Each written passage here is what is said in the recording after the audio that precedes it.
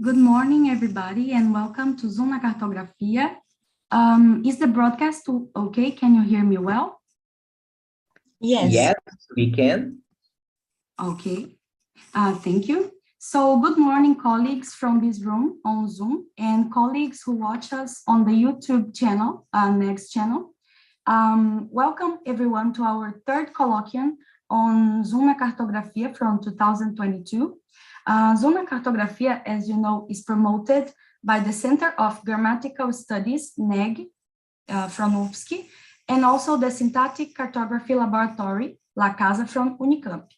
So I am Raquel Souza, a MA student from the University of Campinas, and I'm also a participant of the Cartography Syntax Laboratory, La Casa, led by Professor Aquiles Tescari Neto. And as you know, our guest today is Professor Adriana Belletti, who is a professor at the University of Siena. And of course, she needs no introduction. She will have from 15 minutes to 1 hour to give her conference, which is entitled From Structural Reduction to Enrichment, Theoretical Insights from Acquisition. And I would like to remind the audience that after the talk, we will have some time for discussion. So please, if you have any questions, just click on the link we're putting on the YouTube chat, and you will be directed to a Google Docs page where you can submit your questions. Please leave your name, your country and institution too. And after the streaming, we would also like to remind you that the recording of this meeting will be available on this same channel, next channel on YouTube. So thank you so much for being here today, all of you. And now, Professor Belletti, welcome to Zoom na Cartografia. The floor is yours.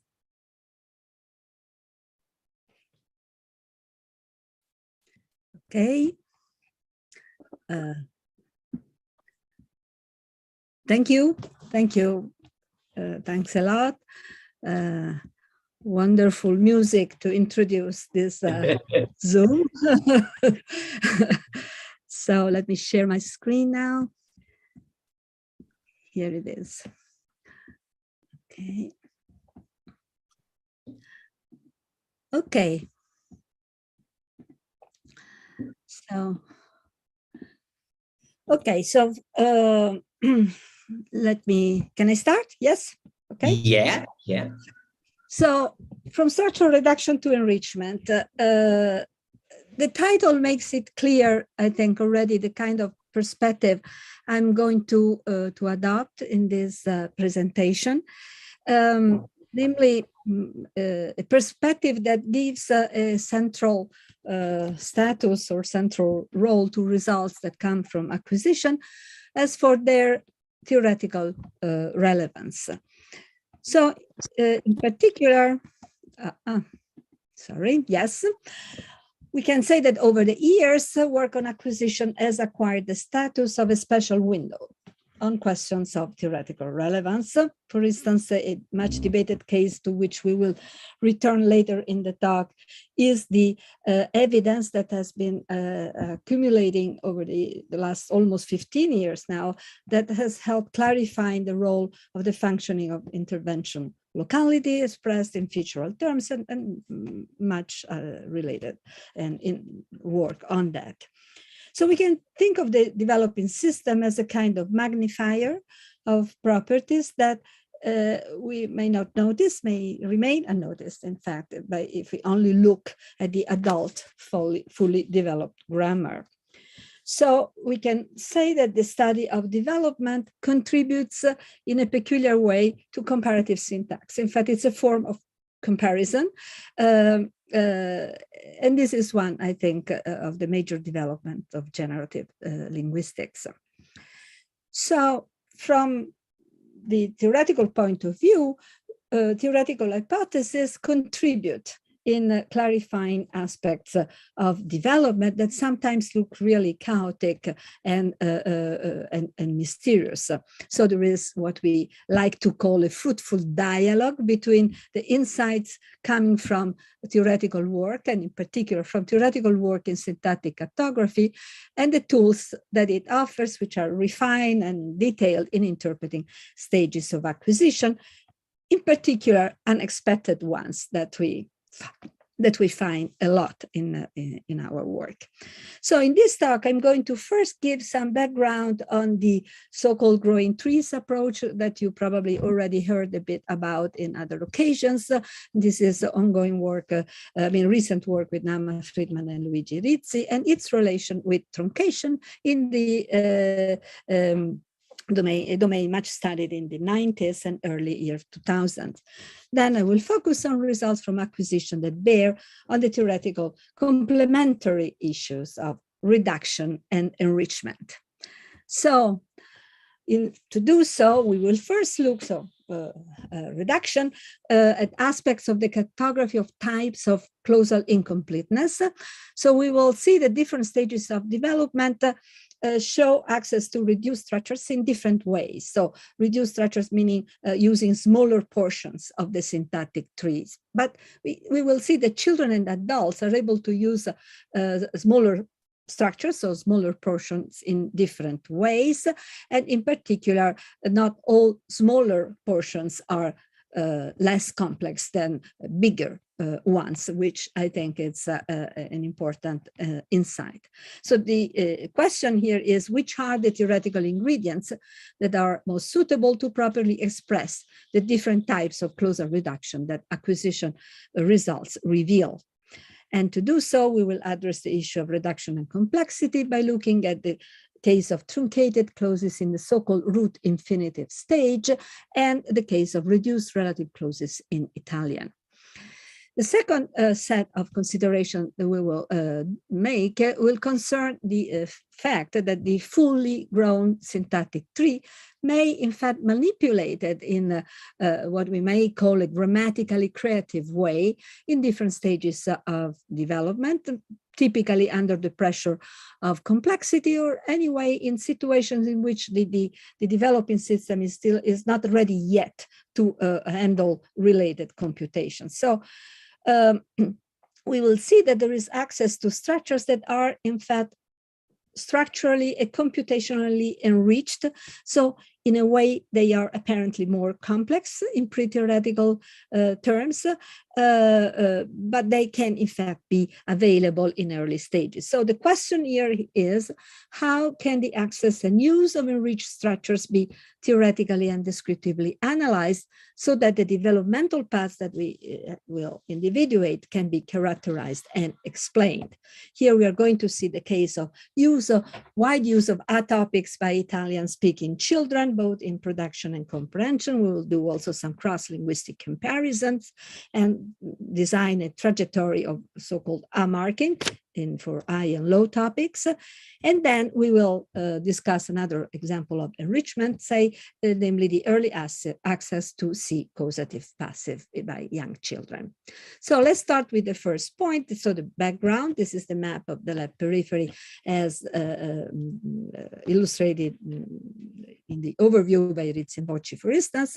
And this is the hypothesis of the growing of the tree through stages, as we developed in recent work with Nama Friedman and Luigi Rizzi. So there is a first big corpus studies on Hebrew-speaking children, so a first stage in which we have no sign of use of the left periphery, so we only have the TP or the IP. Then stages in which the lower part of the left periphery is properly used, and there are constructions that cartographically belong to this area of the left periphery. And then comes the third stage in which we have constructions that again, belong to the higher, and in fact, highest part of the left periphery. In particular, in this part, we have relative clauses.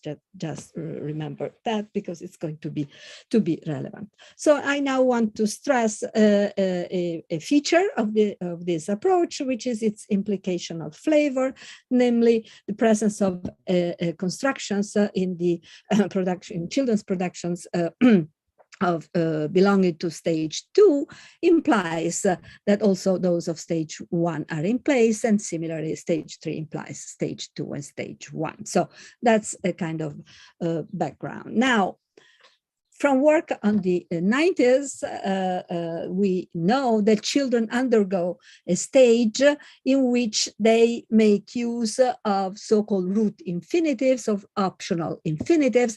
Namely, this is a stage in which they produce root clauses, so descriptive clauses, with no specification of tense nor features of finite agreement. So they typically use the infinitive, voir, l'auto, papa. So in a way, this is a stage that can be described as a stage in which an impoverished structure is properly mastered by children. Now, this impoverished structure is, however, never found in embedded contexts, nor in contexts in which we have a sign of presence of certain elements of a particular area, including the CP layer. So as in productions of this type, quoted from Christmas work, quoted by Rizzi, so où elle va, maman? And here we see the full-fledged structure with agreement, inflection, and an overt subject. So children in the root infinitive stage, that's a crucial point, do have access to a complete functional structure of the clause, but they may just not use it in root declarative contexts. That's the idea. So this stage correlates with the so-called child null subject stage, according to which the specifier of the root may remain unpronounced. Okay, so this is something relevant in a minute. So this stage may be characterized as in a work by Rizzi for development, and also in a similar proposal in the domain of aphasia by Nama Friedman in the early 2000s, as resulted from a truncation operation.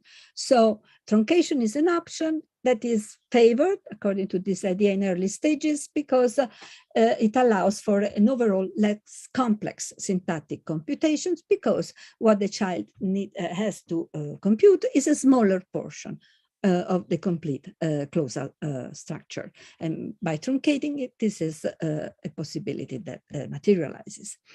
Interestingly, in accord with continuity assumptions, comparable truncated structures are available, in particular constructions also in adult grammars of different languages, and the relation has been proposed in this classical literature with the German topic drop construction. So here comes the comparative dimension that acquisition data bring about. So if we have the cartography CP, this is the idea developed by Rizzi years ago, is that the truncation can obtain at different levels, and topic drop is truncation at the level of top P, with then the topic, the specifier of the root remaining silent, much as in the child non-subject stage. And another case is the case of cleft sentences, to which I will not, which I talked about in other work, and I will not address here anymore, but just to give you an idea. So growing tree and truncation define different stages. The latter process applies to an already grown syntactic tree to allow for a more parsimonious computation for the developing system. So that's the fundamental idea. Now let's have a look at the logic of truncation in the grown tree.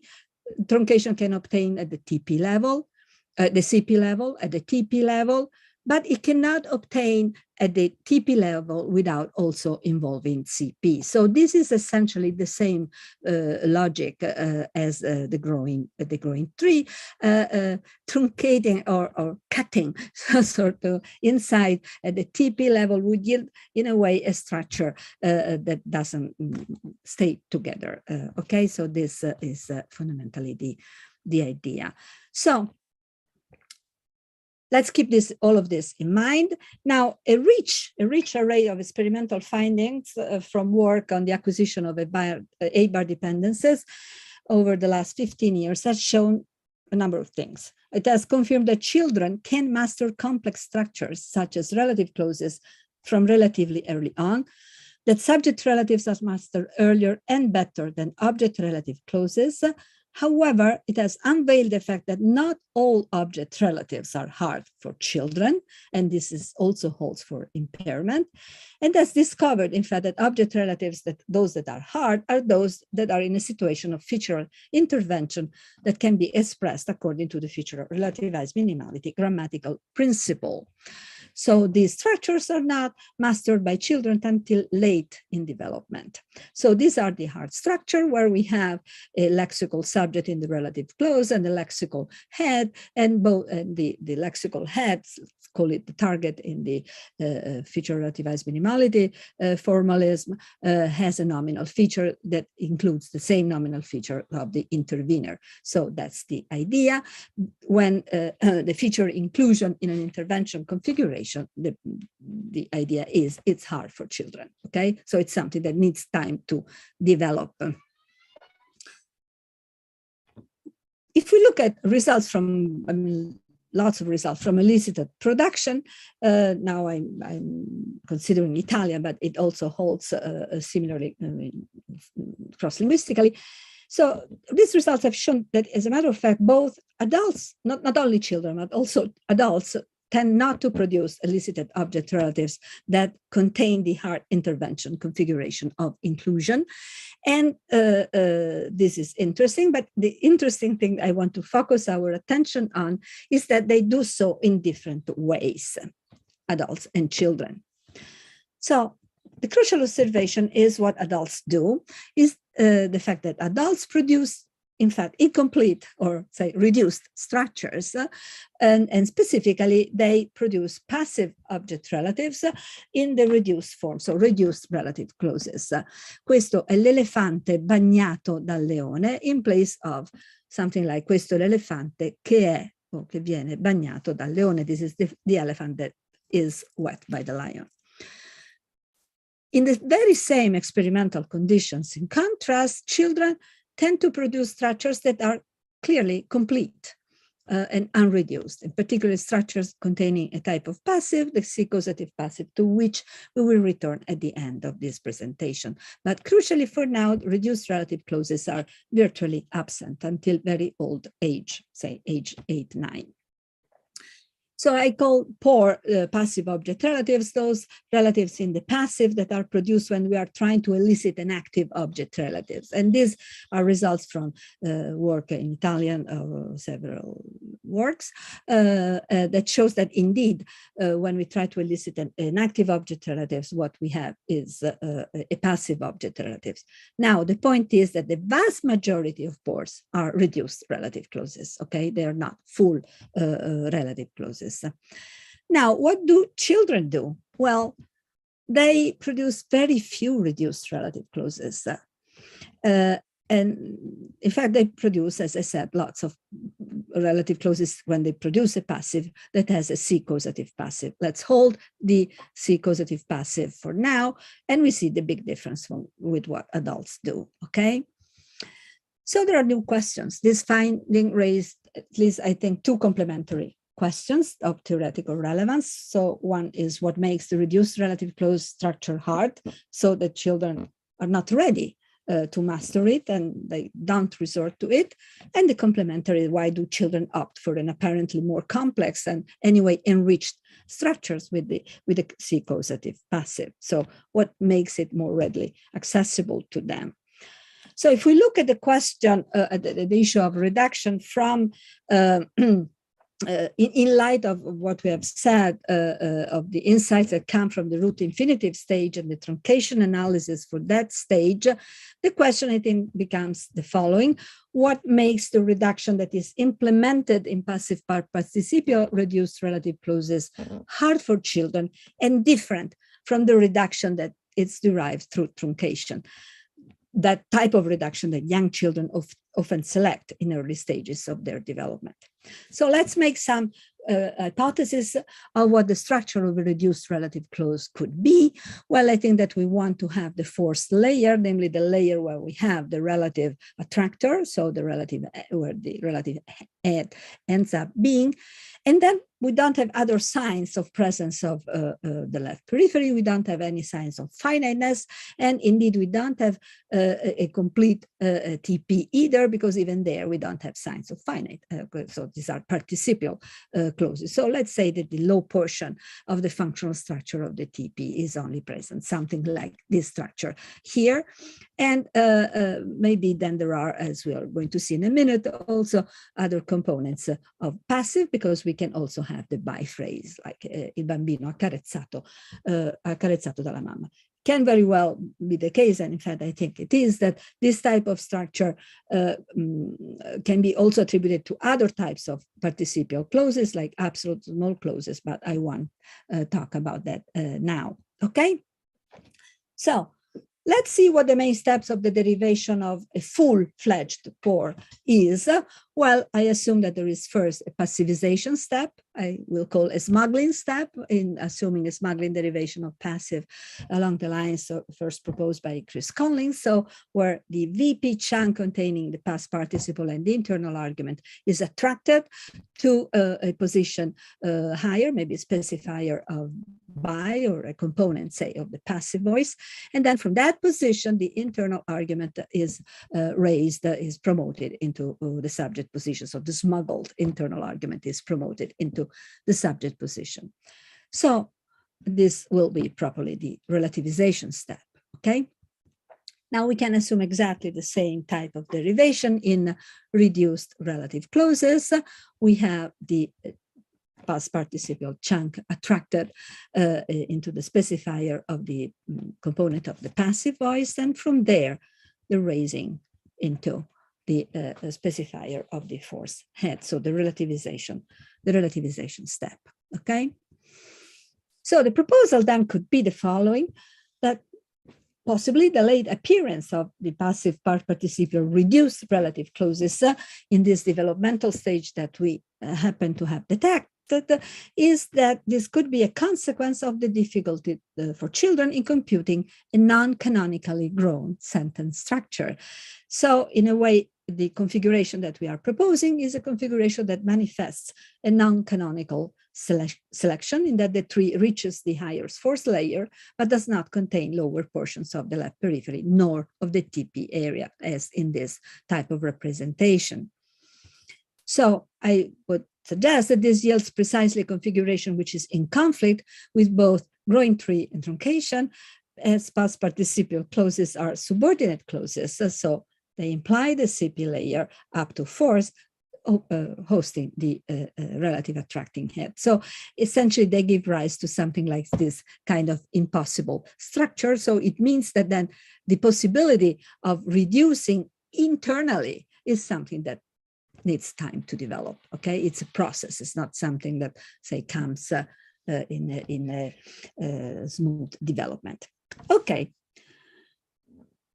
However, and this leads us to our second point, when we look at other results, we see that young children are very good in exploiting a fully fledged closed structure once they have the syntactic tree available to them.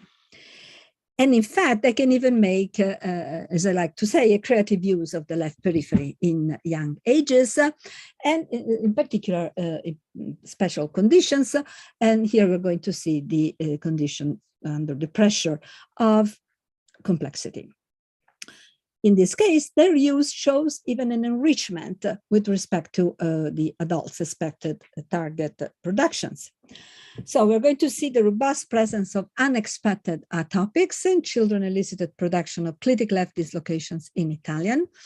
And this will give us the opportunity to give a number of comparisons across romance that provide crucial insights towards an interpretation of the detected developmental stage. So let's first of all have a look at a way to elicit a clitic left dislocation, and in fact a passive, as we're going to see in a minute.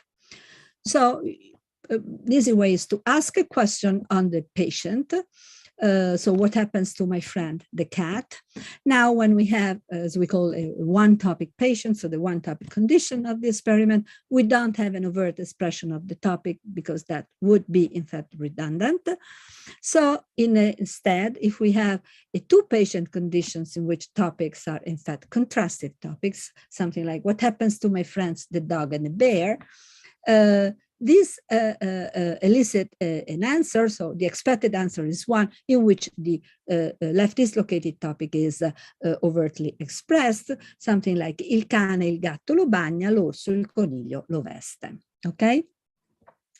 So indeed, left peripheral topics are more frequently overtly expressed in the two-topic condition, and this is very clear to young children from very early on. They produce clitic left dislocation with an overt topic in the two-topic condition. This is a premise that it's worth making because it shows that young children are discourse appropriate and they're able to make use of the topic position in the left periphery. Okay, so the topic is overt when it needs to be so. However, in this result, what came out through the elicitation that I just described is that the clitic left dislocation that children tend to produce have the topic marked with preposition a. So children tend to produce structures like, given a picture like this one, al coccodrillo l'elefante lo lava, instead of what we expected, il coccodrillo l'elefante lo lava. This is not just sometimes this happened overwhelmingly and robustly, namely, if we look at the clitic left dislocations produced by children with the overt topic, we notice that in 88% of the cases, the topic is marked with preposition a.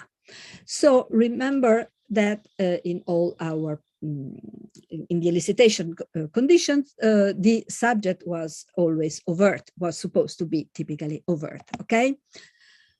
So these are the structures. All'orso il coniglio lo sta vestendo, or the other order, il coniglio all'orso lo veste. So these are real productions by children. Now, you know that Italian is a multiple topic language. Both orders are possible. And since there were the results were did not distinguish between the two orders, we collapsed the results.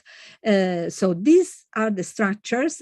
Notice, so both the topic, the left dislocated topic and the subject, they're both lexical. And this occurs in 88% of the clitic left dislocations, whereas what we call simple topics, so with no A marking, only in 12%. So il coniglio l'orso lo veste, o l'orso il coniglio lo veste. Okay.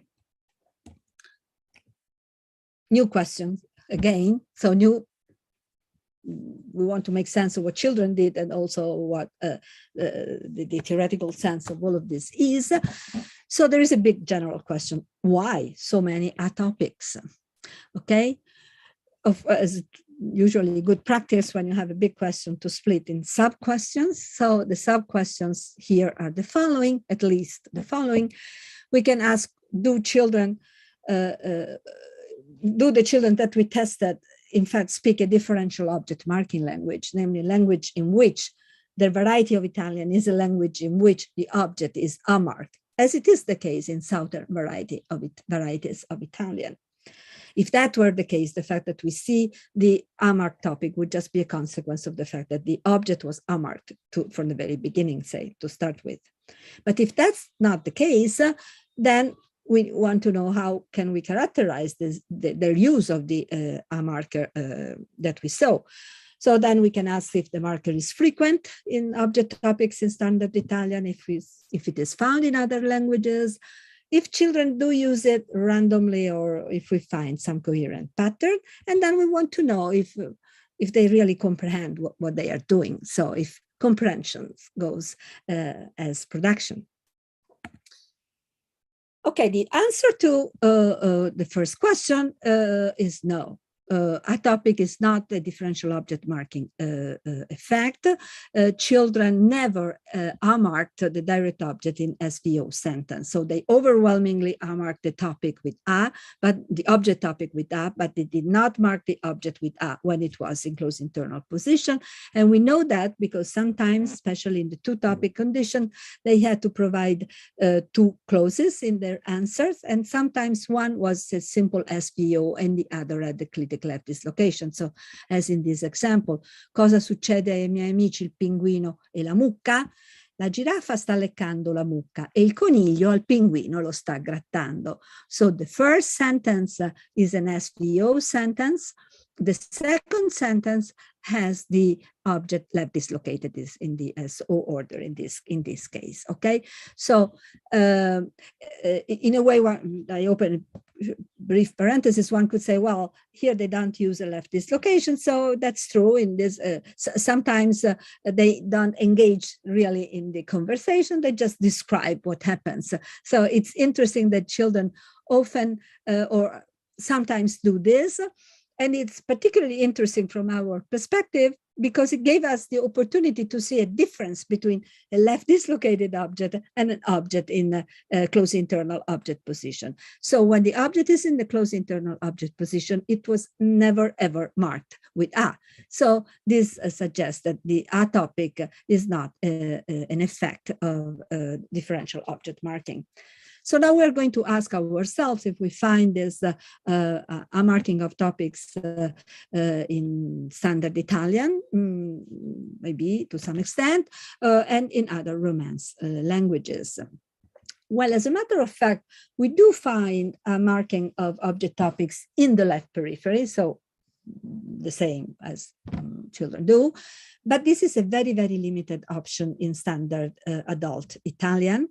In particular, as I say here, non-Southern Italian, which is the variety that our children spoke. They all came from the countryside in Tuscany, which is clearly not a differential object marking language.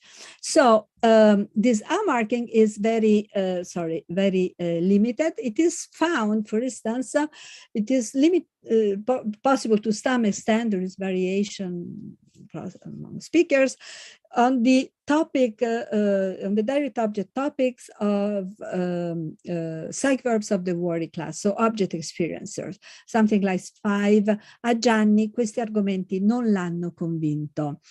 However, if you have an object of a different, which is not an experiencer, something like a Gianni la gente non lo conosce, this is no good. Okay, this was known for a long time. We pointed that out in the paper of 88 with Luigi Rizzi on psych verbs. And this type of contrast had been brought to our attention at the time by Paola Beninca. So there is some A marking, but it's very, very limited. Okay, and there is no A marking in object position and no difference on whether it's an experiencer or another type or theme type object. Okay. Then the other context in which we find A marking in Italian is with first and second person left dislocated pronouns. So a me non mi si inganna, a te ti licenziano di sicuro. Here, this marking is semi-obligatory, I would say. It is, to me, it's obligatory, okay? But that's it. So object experiencer to some extent with variation and with first and second person pronouns. So remember that our topic with children were all with agentive verbs and they were all lexical. There was no pronoun there. However, children's behavior is robustly attested cross-linguistically and diachronically, and that's typically the case, in fact, in acquisition. If you put the right lenses, that you see that during their development, children adopt grammatical options that are found in the grammar of existing languages. So, for instance, one such language is Spanish and also Sicilian. According to Leonetti's description, a left dislocated direct object is always obligatorily A-marked in Spanish. So, and similarly, the description has been done for Sicilian. And interestingly, in Spanish, according to Leonetti, A marking is obligatory in the topicalized left dislocated object, also in those cases in which it would be optional close internally. So these are the examples that he provides. Of course, A marking the object close internally or not, A marking the object close internally yield partly different interpretation, but this is the grammatical fact that I want to underscore, namely, if it is left dislocated, the object needs to be unmarked with the associated interpretation that unmarking brings about, to which I will come back later in a few minutes, okay? So again, we see unmarking in the left periphery, no unmarking close internally, possibility of no unmarking. And the diachronic of Spanish is amazing by looking at it from the perspective of our results from acquisition. By a corpus studied on the C poem, on the seed poem by Heusinger and Laca years ago, they found out that 80% of objects, in particular animate and definite, which are the most typical ones that undergo unmarking in Spanish, are not unmarked. So when we are in an SVO order, whereas 73% of objects are unmarked when they are preposed. So this is really very, very close to what we have seen in our children's data. And then the real discovery is Balearic Catalan that really works like our children, or our children's work like Balearic Catalan. Namely, Balearic Catalan is not a dumb language, so definite objects are not unmarked in close internal position ever. However, a definite direct object with all number of constraints that go well with topicality is unmarked when it is clitic left dislocated. So very close to what, I mean, the same as our children did. So these are the data from Escandel-Vidal's work with the lexical object in object position, non-unmarked with the preposition, whereas unmarked with the preposition when it is left dislocated, okay? So over the years, work on DOM has tried to characterize what A does. And one thing that has been often proposed is that the object, when it is unmarked, is somehow affected, both physically or psychologically. So we can make the hypothesis, I made the hypothesis that unmarking of topics is first of all a manifestation of a property that is located in the left periphery, and that what unmarking does is to add some feature to the interpretation of the topic.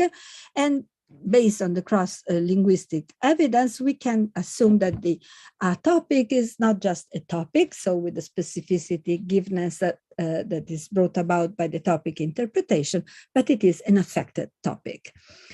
So this interpretation is not surprising because also in Italian, a is the very same preposition that introduces a benefactive. So for instance, a benefactive argument that is can be added to a transitive structure. So let's make a short comparative detour on that.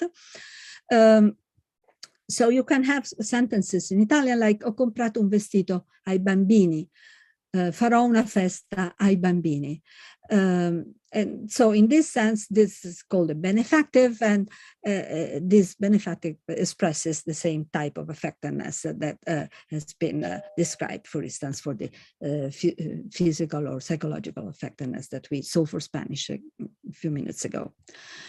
Now, the comparative detour has to do with the comparison between a in Italian, but also French, as Kane did years ago, and English too. So tu does not work like a or French a in this respect. So tu cannot express a benefactive interpretation in English. So the same sentences they both address to the kids are just ungrammatical in English, and you need to have preposition for in this case, okay? So there is a prediction here, namely that we kind of expect that we won't find two topics, sorry, in young speaking children. And this is an experiment that we are currently running in English. However, before concluding this detour, let's see the following contrast. So in the double object construction, it seems that there is a kind of benefactive interpretation on the goal if the goal is the recipient of the theme. So I bought the kids a dress. It's fine, according to some speakers who brought this example to my attention, but I'll do the kids a party is just bad. Interestingly, however, if the kids is topicalized, the kids, I'll do them a party, becomes okay. So this is interesting because there's a contrast between 2 and 3. And in 3, I would say that the topicalized object looks as a real close analog of the left peripheral Italian Romance atopic that we saw for our children. So it will be interesting, and this is again an ongoing project to test English-speaking children on that. So that's back to a marking.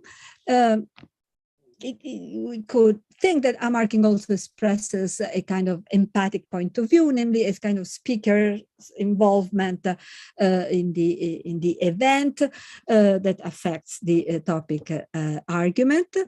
And this is a property that is probably shared, that say shares similarities with the sentence final particles like ne in Japanese that Yoshio Endo discussed in his papers, and which we heard in these seminars also. So to make complex things simple, let's call the relevant feature plus A or plus A, and assume that this feature can be associated with the left peripheral topic ed in the way described, okay? So we have to conclude that the experimental conditions favored or were compatible with the interpretation, with the affected interpretation of the topic. So the proposal is the following. The feature which is then expressed through preposition A can be associated with the topic ed, which then attracts the object, and there is a preposition, the prepositional order is re-established. And to make sense of the path that we have seen, in particular the diachronic path, we can imagine that we have a first step in the left periphery and then a step in which A can be also associated with the close internal topic position. And this would be a case in which we have A marking or something close to what we would call DOM, because it takes place close internally, but with all these properties that people always associate with DOM. This is not just marking an object.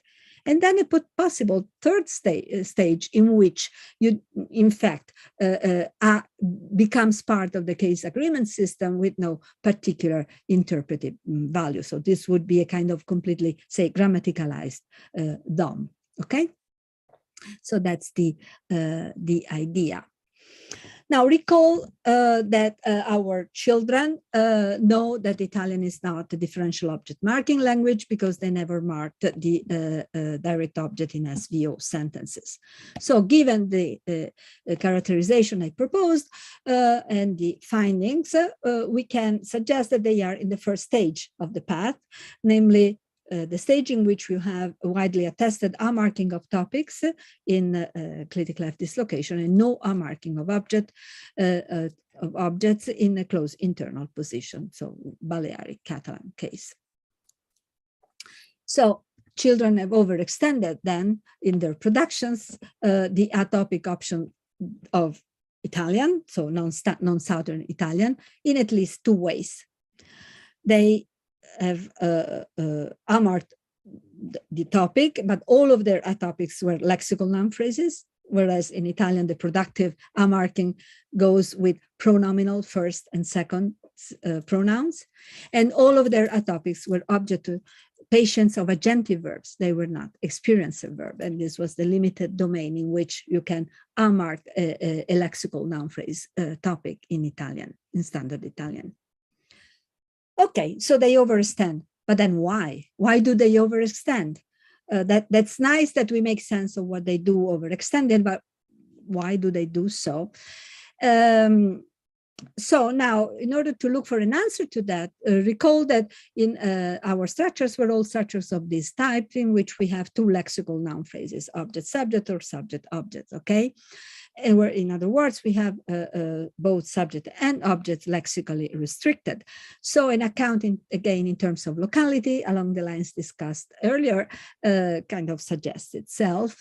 And this is what we proposed, namely the idea is that atopics allow children to deal with the intervention configurations that arise in clitic left dislocation structures by resorting to a featural intersection relation between the two DPs. And this is the relation that children know to master well at this state, at this age from previous independent work. So these are the topic constructions with both orders, and by unmarking, the relevant intersection relation is created. Okay, so just to highlight, the hard structure with the one with the simple topic would be a structure in which we have just inclusion of the plus NP feature. The unmarked object creates the relevant intersection relation. Okay, so that's the idea. So children, extended use of atopics is a case then of grammatical creativity in the sense against the poor input, because we saw that input is poor with respect to atopics. However, despite poor and limited evidence, children have picked up a grammatical option that has allowed them to cope with the otherwise too complex structure for them to compute due to intervention. That's the idea. So the behavior is not at random, but it takes place within a defined grammatical space. In the case a tissue, the idea is that it occurs under the pressure of locality. Are atopic comprehended? Yes, atopic are very well comprehended. This is a test done by Claudia Manetti a couple of years ago, and these are the results. So all children perfectly understood atopics. So sentences with atopics were perfectly understood. So in a way, these were the results, the comparison of the results from production and comprehension. In a way, both comprehension and production are very high. So the comprehension is as high as one might expect given children's productions. I mean, they know what they are doing, in other words. And the fact that productions and comprehension go in parallel are remarkably parallel, in fact, is in fact in line with what we would expect on a grammatical grammatically based account, okay, because the grammar is the same both in production and comprehension. Okay, so we are ready now for the last point. So we have seen this reached creative use of the left periphery. However, children appear to access a creative computation by making use of seemingly enriched structural ingredients also cross internally. And this is the case of their early access to this form of passive that involves the reflexive impersonal si and the causative verb fare. So I will refer to it as si-causative passive, that I mentioned already in relation to their pore. So the experimental results that we are going to see come, so different experimental results yield similar, different experimental designs, gave a similar results. So that's also interesting, because they indicated that kind of robustly that when young children access a form of passive, they seem to access the si-causative passive very easily and possibly first. So I cannot give details of this because we are don't want to run out of time. I just give you the overall shape of the results and their general significance. So same elicitation as the one we saw. We saw that in this type of elicitation, what happens to my friend, the cat, for instance, the mostly produced structures are critic left dislocations. What happens to my friend, the dog, actually here, but sometimes children produce some passive structures, and I open a parenthesis, adults produce a lot of passive.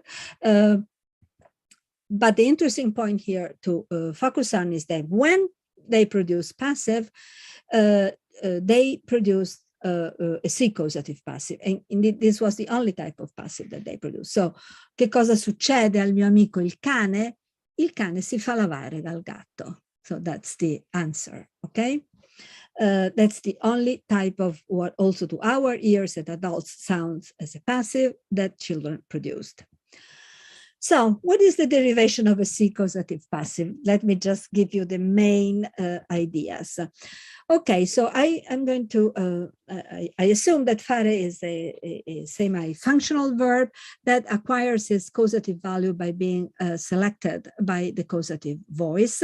It has its own, say, designated external argument as the initiator of the caused event. And then this is the full argument structure of the verb, okay? So the causative voice has the property of attracting a chunk of the verb phrase that contains the infinitival verb and the internal argument, something very close to what happens in passive. So in a way, then the internal argument is smuggled in this construction as well.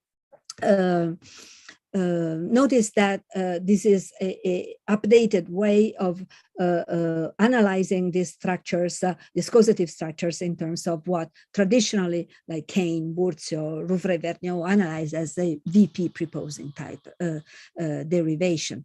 So here the idea is that there is attraction by the causative voice, then C has its own syntax, it takes accusative and becomes a kind of subject clitic. At that point, subject clitic, at that point we don't have accusative for the internal argument that being smuggled in that position raises to the subject position. So there are fundamental ingredients of the passive in this derivation, so lack of accusative and promotion into subject position. Okay, so this is the main outline. So I already said first 3 points. So let us move directly to the question of how are we going to express this emerged preference, both theoretically and descriptively. In order to do so, let's do another comparative detour with French here. So Si-causative passive is present in other Romance languages. It's very common, in particular, notably in French. This has been discussed and described in the literature. For instance, Labelle in her 2002 paper describes sentences like Jean s'est fait écraser par une voiture.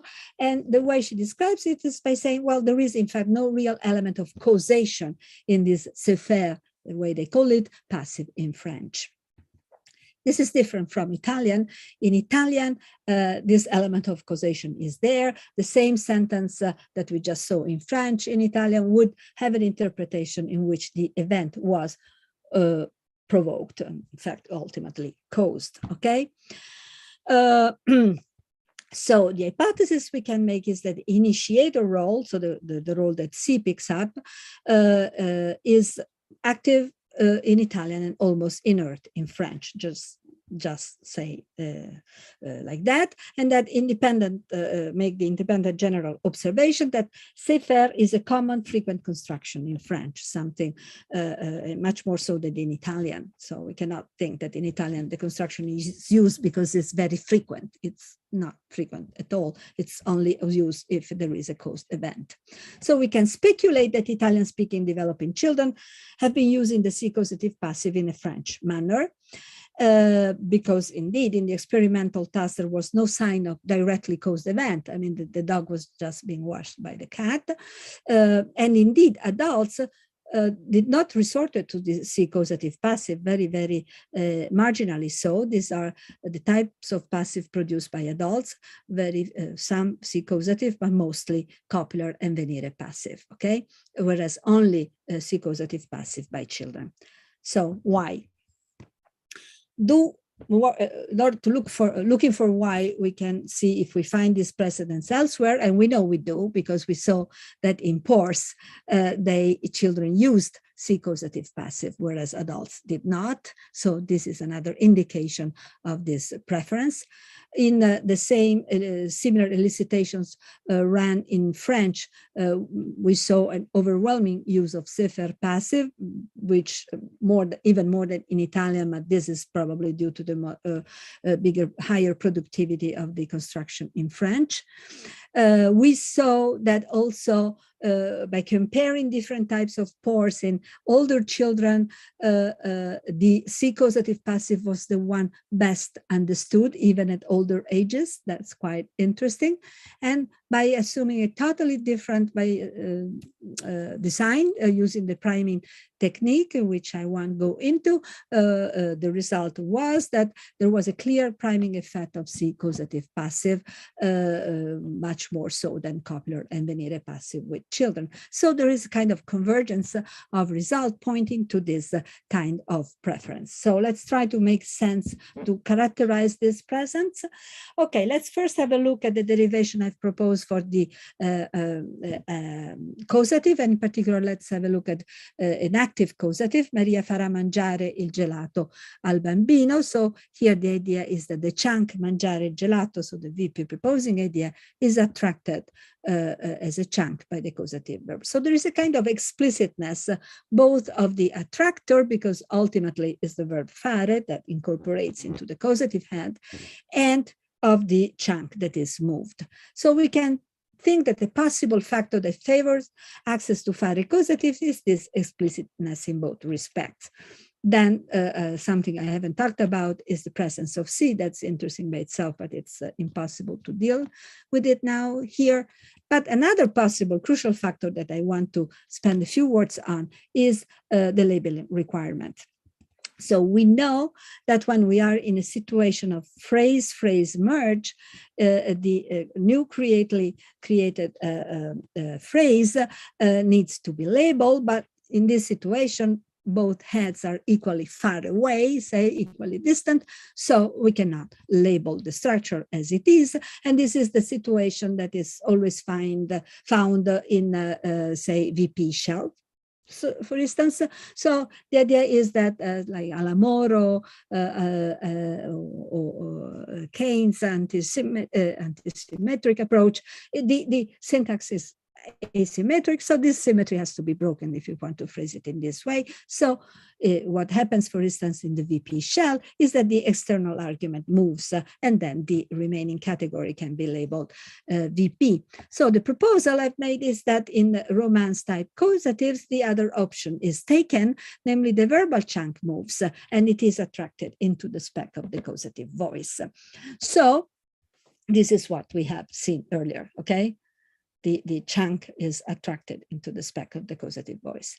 So if we compare now English type causatives and Italian type causatives, we can think that there is something like a causative parameter whereby the attracting head is the same, so it's the causative head, but in English type causative, so in English type languages, the attracted phrase is the external argument, much like in regular active clauses, whereas in Romance type clauses, as I just said, it's the verbal chunk. So in one case, the remaining category is labeled VP, in the other, it is labeled DP. Okay, so that's the idea. Essentially, the same structures for both, but different attracting properties of the causative head. Probably some relation with the nature of two. Okay, so in conclusion, there are various concomitant factors that lead to the detected preference for Si-causative passive in development. So the independent morpheme verb fare, the trigger, the relatively easy identification of the moved verbal chunk, the presence of Si, something I haven't talked about, labeling, namely the indirect reflex of a fundamental general computational property that derives from labeling requirements, So that the weaker initiator role that is attested in French c'est faire is in fact the first UG option that children pick, even if it is not widely exploited in the adult Italian for this kind of set of reasons. So I want to conclude. I hope I'm not running out of time too much anyway. So in the case of the analysis, so let's wrap up, of types of clausal incompleteness in reduced relative clauses as compared to root infinitives, as well as in the case of atopics and Si-causative passives, the mutual insights of the acquisition perspective and the comparative theoretical approach have emerged in precise way in the different cases. First one, explicit structural analysis expressed in cartographic terms, corroborated with the implicational logic of growing trees and truncation approaches, have guided in the interpretation of the different status of incomplete clausal structures. Similarly, the comparison across romance in the domain of atopics has allowed us to situate an otherwise unexpected use by young Italian-speaking children of enriched topics marked with preposition a, the atopics, emerging under the pressure of the complexity of the grammatical computation.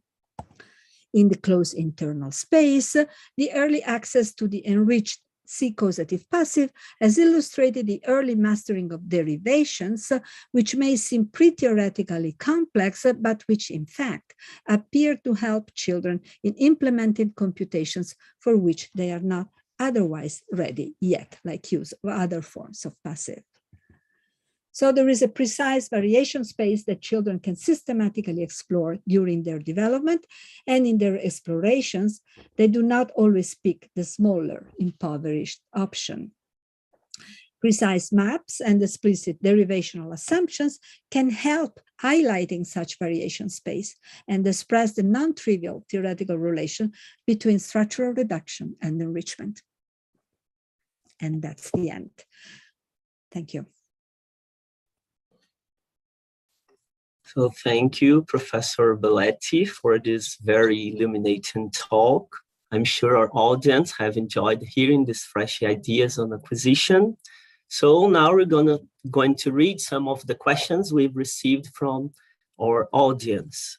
So should I stop sharing? Sorry? Should I stop sharing? Yeah, maybe. Or maybe I just stop the presentation. So, well, I can. Yes. I don't know. So that if somebody needs to go back to the slides. Okay. So the first question is from a student from La Casa Group, and she have just mailed us this question. In your analysis of the very limited cases of A marking, namely marking of the object by a preposition, in current standard Italian, marking is only possible with left peripheral objects, suggesting a derivation whereby the internal argument raises to the specifier of topic, and the preposition occupies the head of the topic-like position, receiving the object in its spec. Further step involves raising of the preposition to a head above. Would this landing side position for the preposition be another topic-like position in the left periphery? What is the semantic content of the head where the preposition lands in those constructions? Yes. So I don't see my screen anymore, but it doesn't matter. Okay, yes, that's a very relevant question. I didn't say much about that. I just said that this preposition realizes the relevant feature, like a feature of affect and so involvement. And then, so there are different ways to go. I just place the preposition on as an addition on the topic head, so contributing to the attraction. Then I quickly said that the preposition is raised to restore the prepositional order. This could be seen in the following way. It could be a head-to-head movement. So then the question is, what is this farther head? Or it could be a kind of just moving into the so like a criticizing into the specifier head as a kind of marker. So there is a sense in which the preposition also contributes to an interpretation, and also to maybe like close internally to case, although not in a trivial way, because even if it's just kind of criticization onto the DP, this DP remains accusative. This is something I should have said, namely, when we have the atopic, the resumptive clitic inside the clause is accusative, okay? So this is really not, this preposition does not really belong to the case agreement system, but that's not surprising because left peripheral, in the left periphery, you don't have these features. So in the end, I think that my answer is that it is open whether we do have, in fact, another head over there, and then maybe this head hosts the preposition a to start with, and we don't have to restore any order because it's above the top position. And so it could be this empathic or whatever head, or maybe it's exactly as I depicted, with this kind of further criticization of this element, which is in the end an unstressed preposition. I hope I answered. Okay, thank you. We have another question from YouTube chat. It was made by Vitor. First, he said, Professor Belletti, thank you for this amazing talk. And the question is, reduced relative clauses, problematic for children, are fully acceptable and usable for adults. So how can this discrepancy be reconciled with the hypothesis that the same locality principle is involved in both cases? Well, I don't think that this is really an issue of locality. I mean, what is an issue of locality is the fact of, say, avoiding the intervention configuration. Then my point was just that this is done in different ways. And the reason why it is done in different ways is because to do it the adult way, say, you have to disrupt. That's another way of saying what I said. What you learned. I mean, the tree has grown up to force, and the child wants to go for the regular, complete, full clausal structure. So this means that in order to then manipulate clause internally, some extra, something extra needs to be acquired, and this is not ready yet. But this is independent from the locality issue, because also in the Si-causative passive, that is what children do in the same type of elicitation when we are in the domain of relative clauses. In the Si-causative passive, they also avoid intervention through passive and through this movement of the chunk. So as for the locality, both adults and children do the same, say. It's just that adults then do some extra step that children are not ready to do. And the hypothesis I've entertained is that maybe this is counter what they just acquired, namely the full clause structure. Okay, thank you. So Professor Guilherme Cinque just sent us the following question by email. Thank you, Professor Cinque, for being here with us. So, thank you. Hi, Adriana, thanks for your talk. One brief question concerning the A proposed in children's topics. Is it possible also with non-specific human DPs, as in Gianne, a un amico prima, o poi lo troverà, sorry for my Italian, thinking of Spanish, a possible only with animate in specific objects? I'm not sure I got the first part of the question. As for the animacy, Yes. As for the animacy, yes, we tested animacy, and the result is that, okay, before I tell you the result of what we tested in animacy, it's a paper in Glossa, I tell you that, for instance, in Balearic Catalan, according to Escandel Vidal's description, you can have some A marking also with non-animate. Then looking at the result we had with children manipulating animacy, so the topic was inanimate, and we marked it. So al foglio il bambino lo taglia, so something like that. We found very, very few unmarked topics. We did find some, so not completely excluded, but very, very few. So the conclusion that we drew was that indeed animacy is involved in this process, which goes well with the benefactive idea, I think. And then for the first part of the question, I did not quite understood what it was. Sorry, I will repeat. He said the following: one brief question concerning the A proposed in children's topics. Is it possible also with non-specific human piece?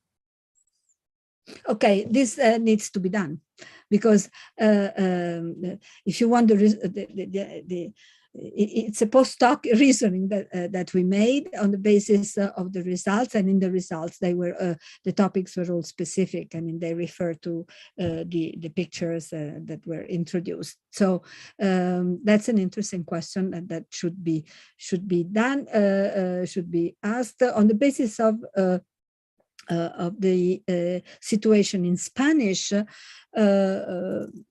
I think that according to Leonetti, for instance, when you have a marking on the indefinite, like a muchos estudiantes, then this muchos estudiantes becomes a specific set of students, so specific topic, to the extent that this is in the direction. Okay, we've also received a question from Professor Yasho Endo. He mailed us the following question. We are also pasting this for you on the chat. So, dear Adriana, thank you for a very interesting presentation. There are facts in Japanese that are relevant to your presentation about a topic. It is about the fact that the Italian word "a topic" is related to empathy. The Japanese sentence final particle can occur after the topic element, as well as at the end of the sentence. In that case, the final particle ne, expressing empathy, can occur after the topic element. But the final particle yo, not expressing empathy, never occur after a topic element. It is as if there is a mirror image relationship between the head initial language Italian, in which the element A relation to empathy occurs before the topic element, and the head final language Japanese, in which the element ne relating to empathy occurs after the topic element. Thank you, Yasha. That's very interesting. I think that essentially this is very close to what I hinted at by saying that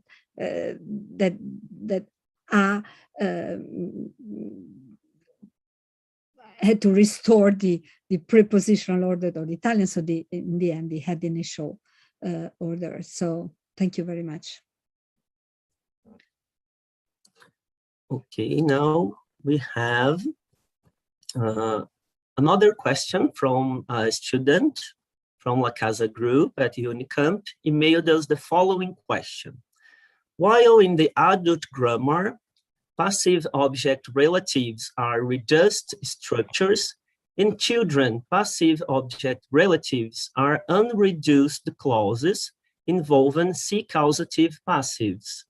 Should it be somewhat related to the fact that the position of causative in the functional spine is quite close to the VP head if we think in terms of Cinque's hierarchy? So it is already present grown in children's grammar. Well, probably that, let's say, I tried to give a reason why, at least for half of your question, why reduced relatives are not available for children and why they are preferred.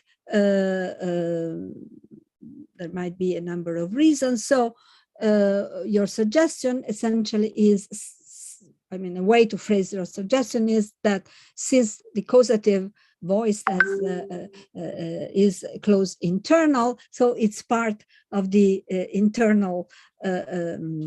It's part of the closal structure that grows first, so to speak. So children are handle this area of the clause properly. This could be. I think that children, however, at that age, as we know, because they're producing relative clauses, have the overall clausal structure available. So it is a fact that they do properly master the causative computation at that age, and this could indirectly be related to the fact that it is very early, say, in the structural representation. Could be. Okay, well, I'll stop here. Okay. Now I'd like to know if there's anyone here in the Zoom room who would like to ask something. Yes, I have one question to Professor Belletti, if I may. Yeah, can you hear me fine? Sure, perfectly. Yeah, thank you so much for this very interesting presentation. I really love it. In one of your slides, you've shown the cross-linguistic diachronic-like path from left peripheral topics to low VP peripheral A topic to small v where we have a relation with agreement. So what is exhibited by the Italian child in the case of left peripheral A mocking is only possible if I got you clearly, and if it is okay with the going tree approach, if the child has already a fully fledged structure system. So if I got you correctly, since it involves, A marking by the Italian child, since it involves the left periphery of the clause, lots of questions come to mind. I have two questions. The first one, and then you can answer it, and I will ask the other question after your answer. Since the child is mastering the highest topic-like position within, say, Ritz's left periphery, if we turn to a going tree approach, does it mean that the child will have already matured, acquired all the info-like categories from the inflectional domain, even the highest ones at age of 5, for instance? I think so. Why not? Yes. These children do relative clauses, so they belong to the highest part of the tree. So if you want,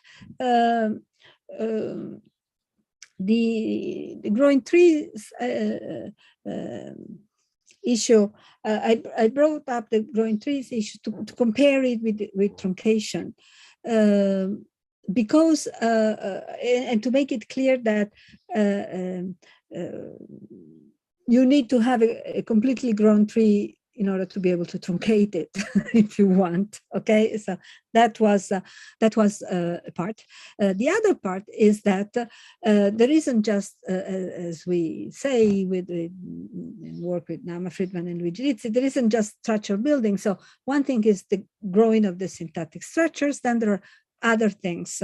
And one such thing is precisely locality and intervention. So one thing that one result that came out in the Growing Trees project and in the analysis of the Hebrew corpus is that is a result that is a first glance surprising, namely when relative clauses are present in children's productions, they are both subject and object relatives. So how come? We know that object relatives are hard. We know that after age 6, there are still problems with object relatives and so on. But we know that that's true with object relatives with the intervention configuration. So going back to the data of Hebrew, all object relatives that were present there were object relatives with no intervention. So with a pronominal subject or with a pronominal subject is essentially in Hebrew. So no intervention. And this is something that also was pointed out by Nama Friedman in impaired populations of children with SLIs or DLD, that they were able to produce object relatives, but only of the type in which no intervention was there. So this is to say that, going back to the atopics, that we do see that the structure is there. We do see appropriate use of the topic position. For instance, children use the topic when it's needed, okay? But they resort to something that it is also interpretationally appropriate, namely the marking, to solve the intervention, which is independent of the fact of having the position available or not. I mean, the position has to be available, but then they can manipulate it in a way that becomes computable. I don't know if I answered clearly. Yeah, thank you. But I still have another question, if I may. Yes. Yeah, and sorry if what I am going to ask you is perhaps the result of a misinterpretation.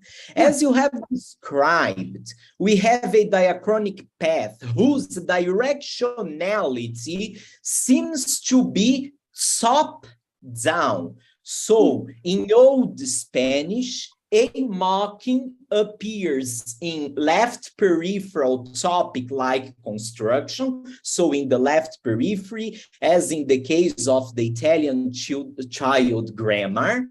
Then we have an ulterior pattern whereby dumb constructions would target Belletti's low periphery. And finally, a third step involving the little v head, where the preposition would be merged as part of the crazy-agree system. This is the third step in this diachronic pattern, right? Now, my question has to do with the directionality of this diachronic pattern. Why both diachronically and in the case of the development by Italian children, we have a descending downward movement instead of, for instance, an upwarding ascending one. If you look at models in English, in the history of English, we have an ascending pattern. So in the history, what we find is that lexical verbs becomes low modal heads, for instance, will, and further high modals, like the modal will of today, which in the history of English used to be evolution like heads, and nowadays in current English it has future-like flavor, or perhaps irrealis modality. So what is the relevance information guiding these diachronic patterns? In the history of English, what we have is an upwarding movement. And now, if I got the idea correctly, children starts with the left periphery, and then we have a descending like pattern. Yeah. Okay, so I wouldn't phrase this pattern in terms of movement. So I say movement in a, how can I say, abstract way, not movement in terms of raising the syntactic tree. Yeah. So sorry for not being clear. One way of looking at this is by thinking that this feature that is realized through is a feature that goes with topics, and this is a fact. So you don't have the marking with focus, for instance. It's a feature that can be associated with topics. So the idea then comes to mind that the topic position is certainly a left peripheral position, and it is just a fact that, for instance, in the history of Spanish, I think that's a very relevant fact. You had no dom, so no marking close internally, but marking close externally. So probably this is the typical topic position is left peripheral.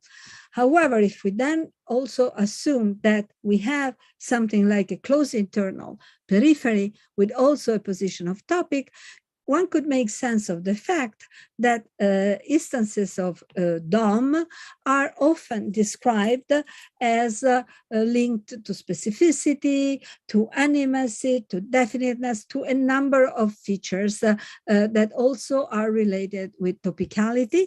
So the idea is that this marker can also then be associated close internally. But if you want the most typical topic position being the peripheral one, it's not that surprising that it starts out in the left periphery.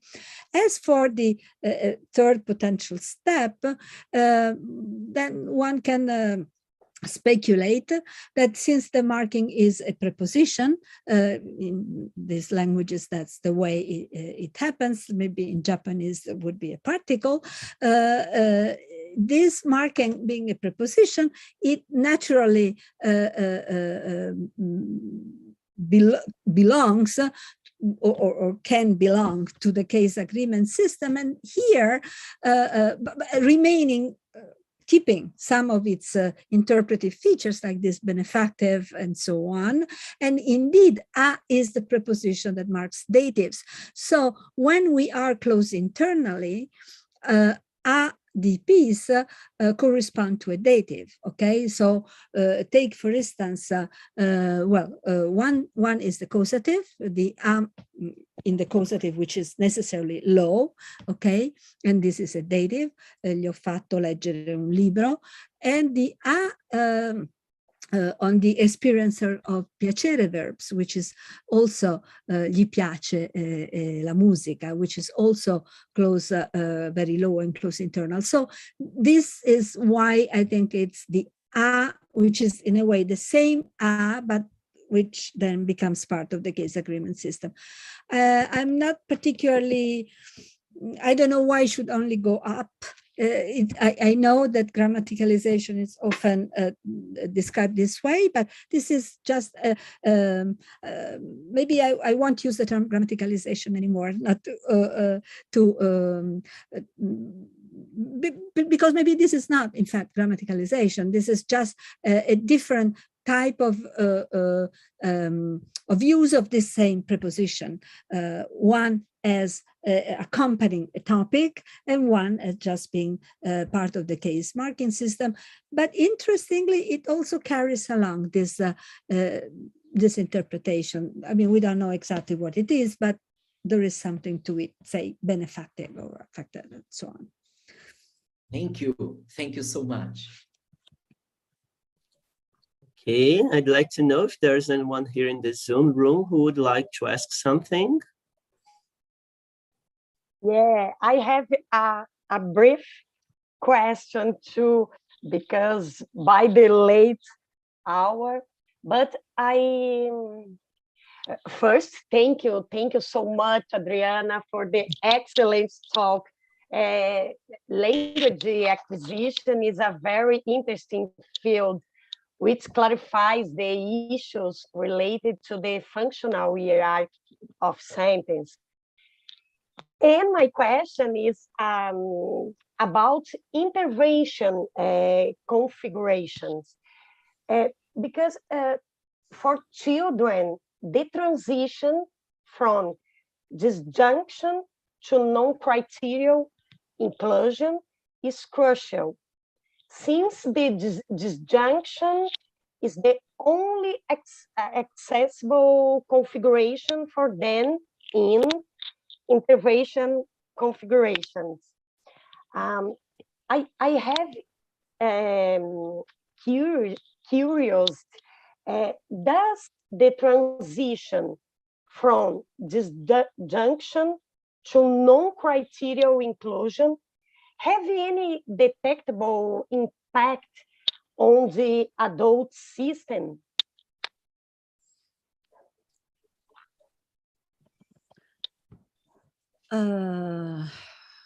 What can I say? Well,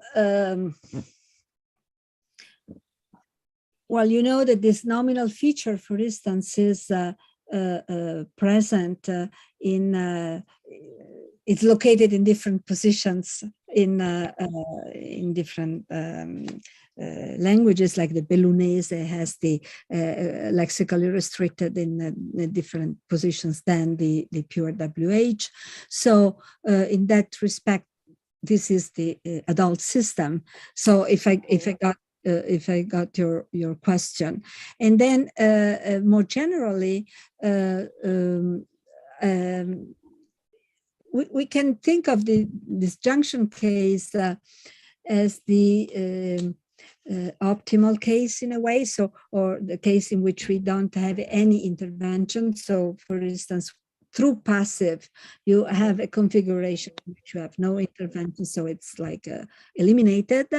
But it is not the case that only disjunction is mastered, because precisely we have intersection that turns out to be handled relatively early by children. So it's I mean, that's a way of phrasing the hypothesis, but it's a fact that by creating this, like for instance with the atopic, but that in the domain of relative clauses, we compared number and gender, you have that situations of intersections are mastered well by children, of intersection of relevant features.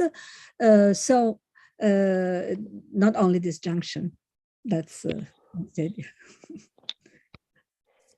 Thank you so much. You're welcome. Well, I guess time's up. So I like to know if Sandra and Achilles want to say something so we can wrap up. Yes, I'd like to thank our dearest audience. As Vitor Hoxbrum just remembered us, it's 1 year we launched this project involving 2 groups on synthetic cartography from Brazil, the La Casa group from the University of Campinas, which I have the pleasure to lead, and the next group from the Federal University of Santa Catarina, which is whose leader is Professor Sandra Corezemin, Professor Roberta Pires de Oliveira. In our first Zoom na Cartografia conference last year, just 1 year ago, we've had the pleasure of hosting Professor Guglielmo Cinque as our first speaker. We featured many important cartographers, many important names last year also. Professor Giuseppe Samo from BLCU, Professor Bonan from Cambridge, Professor Lenzlinger from Geneva, Professor Poletto from Padova and Frankfurt, and also Professor Rizzi from the College of France, from the Collège de France. This year, we had the pleasure of having two important cartographic names from Asia, Professor Sifu Jiang from BLCU, and also Professor Yosho Endo from Kanda University of International Studies. And today, we featured Professor Belletti with this lovely conference. So thank you very much. Thank you, our audience, and your support. We would like also to announce our next speakers, Professor Adriana Leitão and Matheus Gomes from the Federal University of Rio de Janeiro, who are going to give their lecture on the 4th of August. Long life to synthetic cartography. And please, Professor Belletti, could you stay 1 minute more in the room because our students would like to take a pic. Sandra, would you like to say some words? Yes, thank you so much, Professor Belletti, for having accepted our invitation and for your thought-provoking conference. It's really amazing. And I would also like to thank the audience in Brazil and abroad for being here with us today. See you. Let me thank you for having me with you. It was such a pleasure. Thank you so much for your questions and your participation.